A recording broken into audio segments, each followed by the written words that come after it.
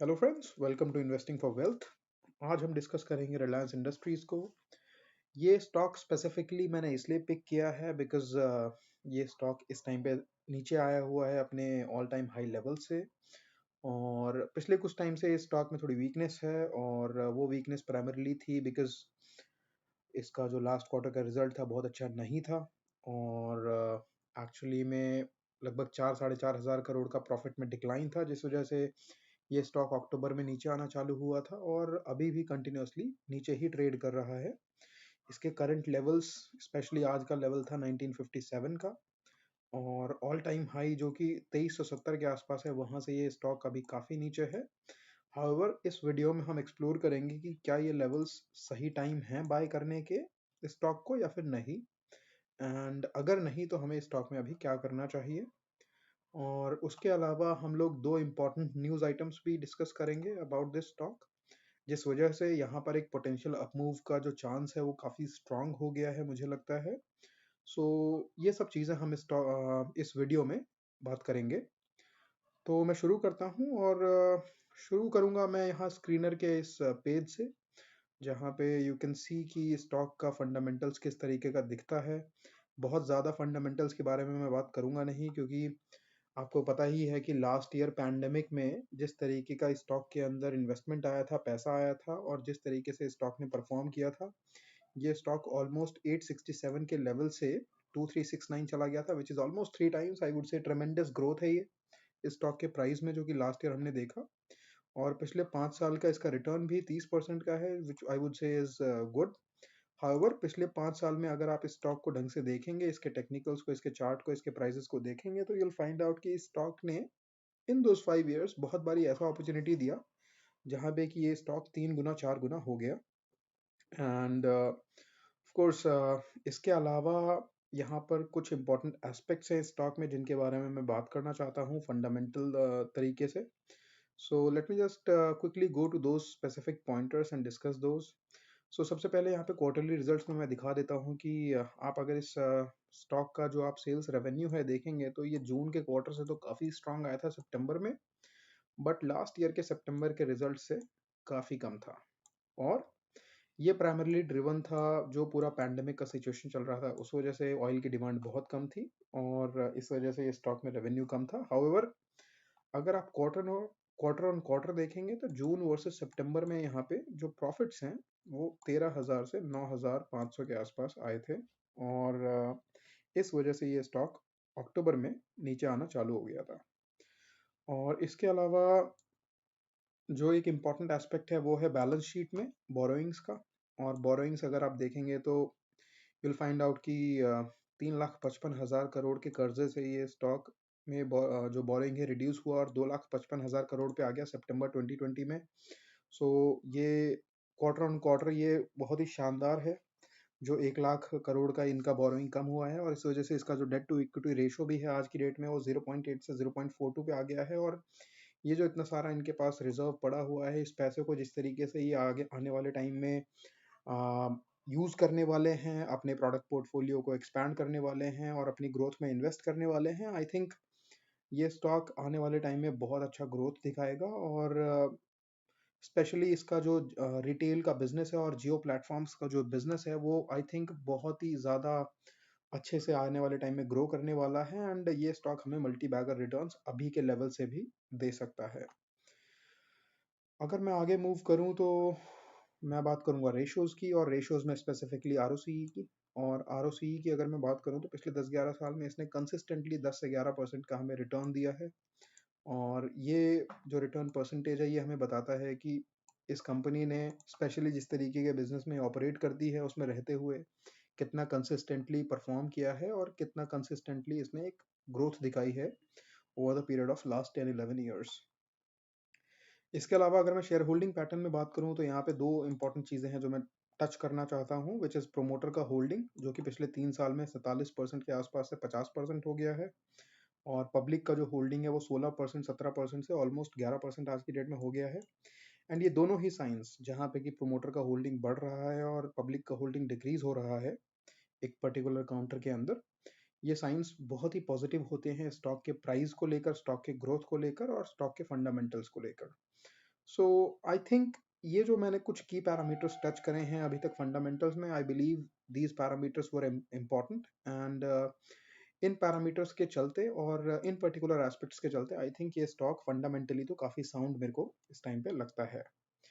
इसके अलावा जो दो इम्पोर्टेंट न्यूज़ आइटम्स हैं, स्पेशली जो कमिंग क्वार्टरली रिजल्ट्स हैं उनके एस्पेक्ट से, वो है यहाँ पे आप देखोगे कि एनालिस्ट्स आर सेइंग कि RIL का अर्निंग जो है it will follow a pattern of recovery in Q3, and जो भी इसका अर्निंग्स आने वाला है it is expected to grow.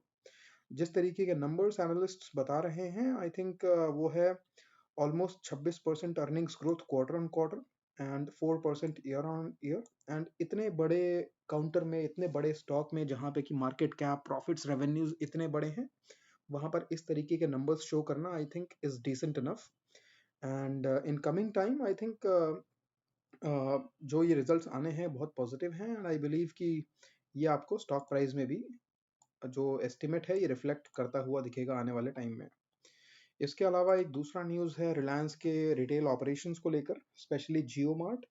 So Jio mart क्या कर रहा है, Jio mart is going to partner with multiple kirana stores across India, and उन किराना स्टोर्स को Jio mart is going to use as fulfilment centre for its e commerce business.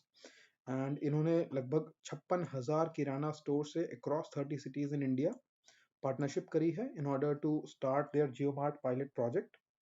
And I think जिस तरीके का इन्होंने नेटवर्क बनाया है इस टाइम पे, और जिस तरीके से इन लोगों ने ये सोचा है स्ट्रैटेजी, आई वुड से ये बहुत ही अच्छा है, बहुत ही इनोवेटिव है। एंड ये काफ़ी टाइम से डिस्कशन में था, फाइनली ये अभी एग्जीक्यूट होता हुआ दिख रहा है। And I think this will help Jio mart tremendously in terms of its growth, it's revenues. And ये जो अल्टीमेटली बिजनेस में ग्रोथ आएगा ये हमें रिलायंस के शेयर प्राइस में आने वाले टाइम पे दिखेगा। सो ये दो इम्पोर्टेंट न्यूज़ आइटम्स थे आज के लिए। अब मैं आना चाहूँगा इस स्टॉक के टेक्निकल्स पे, और टेक्निकल्स में आते हुए मैं सबसे पहले बात करूँगा कुछ important support and resistance levels के। एंड उसके लिए मैं अभी डेली चार्ट पे हूँ, और मैं डेली चार्ट पे ही अपना एनालिसिस करूँगा, मैं वीकली चार्ट पे नहीं जाऊँगा अभी।